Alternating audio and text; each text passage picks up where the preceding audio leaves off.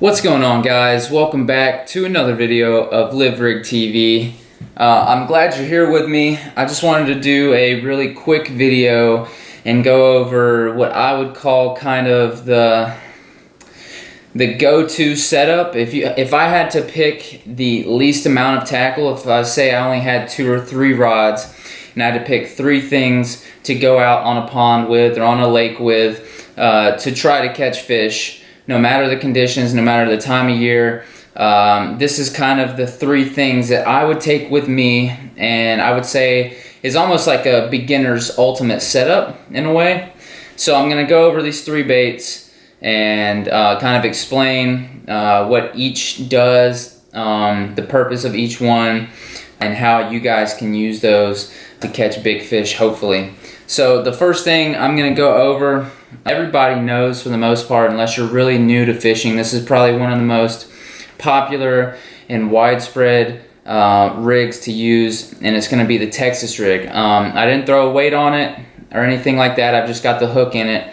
So basically what you want to do is you want to get yourself like a wide gap hook, or I use Bass Pro's Super Lock hooks. I don't know if you can see that or not. The reason I use the Super Lock hook is because with the shape of the hook, it kind of bends back towards the bait, and so it's real easy for me to keep that hook inside of the bait and keep it weedless. With these Texas rig lures, the whole goal of this lure is to keep yourself from being hung or snagged on any objects that you're fishing. So that's why I started with this one first, because if you're on a lake with heavy cover, thick grass, you can throw this on and pull it through pretty much anything, and a lot of times get a bite off of that. So the lure I have on here is a crawl. It's a green colored crawl. I believe it's a Rage crawl. Yep, so it's the Strike King Rage crawl. I've had tons of luck with this lure right here, with this soft plastic, whatever you want to call it, and I would highly recommend it to anybody looking for a soft plastic crawdad setup. Okay, so now that that is out of the way, the next thing that I would recommend is a swim bait. Now again, a lot of people, if you're not new to fishing, you already know this. You know how versatile swim baits can be. Just hooked myself, that's always good.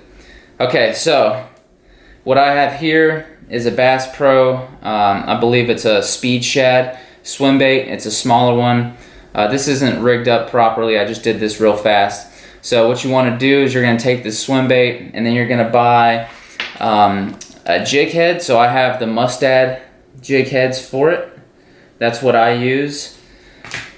And you want to throw this in areas where there's not as much cover, and you're going to do a fast retrieve on this. So Lake Lanier is the lake that I fish mainly. There is a lot of clay banks, rocky banks, stuff like that. So I will throw this and burn it fast over those and try and get some moving strikes out of spotted bass. And these have done magic for us in the spring. And during certain times of the day when the fish are moved up and they're looking to hit something, you know, a little bit more aggressively, this is going to be your golden ticket right here. I've had amazing bites off of this lure, and I highly recommend it. So that is going to be the second lure in my beginner setup.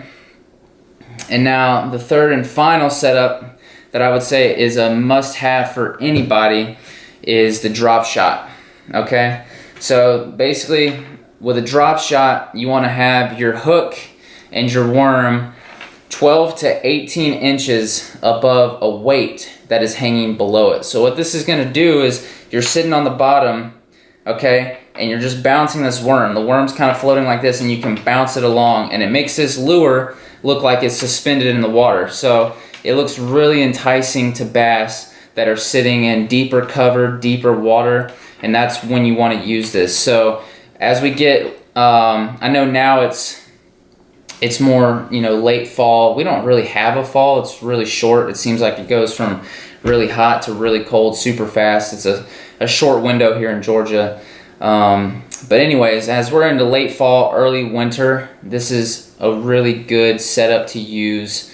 I've had a lot of luck with it because they tend to be in deeper waters and deeper brush, about 20 to 30 feet. So this makes it really easy to get down there on them and kind of just keep this right in front of their face. And what you want to do, you can work it two ways. You can work it really fast with your rod and kind of have this worm have a kind of a erratic action to it. Or you can basically thump this and give it a smoother looking finesse. I'm not sure how you would describe it. A slower movement, basically, not as crazy. And both tend to work. You just got to figure out what the fish are going after that day. So the color worm I have on this drop shot is a green pumpkin, I believe.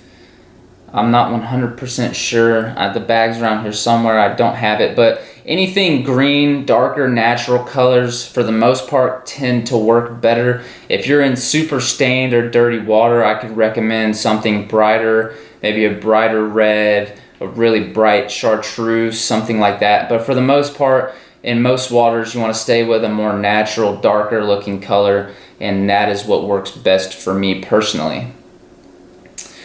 So what you can do with these is you can work them fast or you can work them slow. You can give it an erratic movement or a more of a slow thud.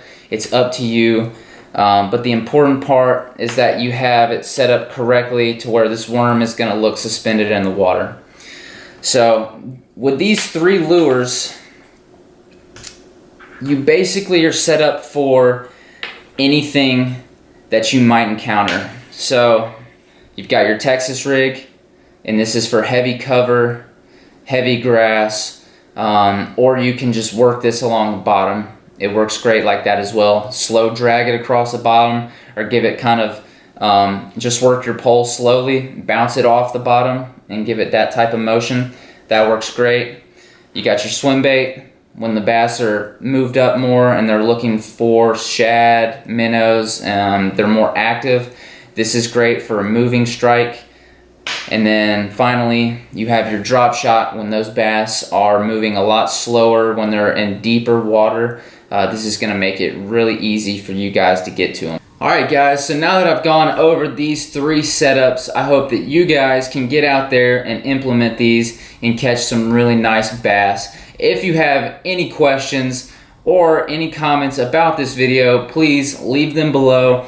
Please drop a like if this video helped you out at all. It really helps the channel. And make sure you hit that subscribe button to stay notified and up to date with future videos, guys. And until next time, y'all take it easy. I'll see you later.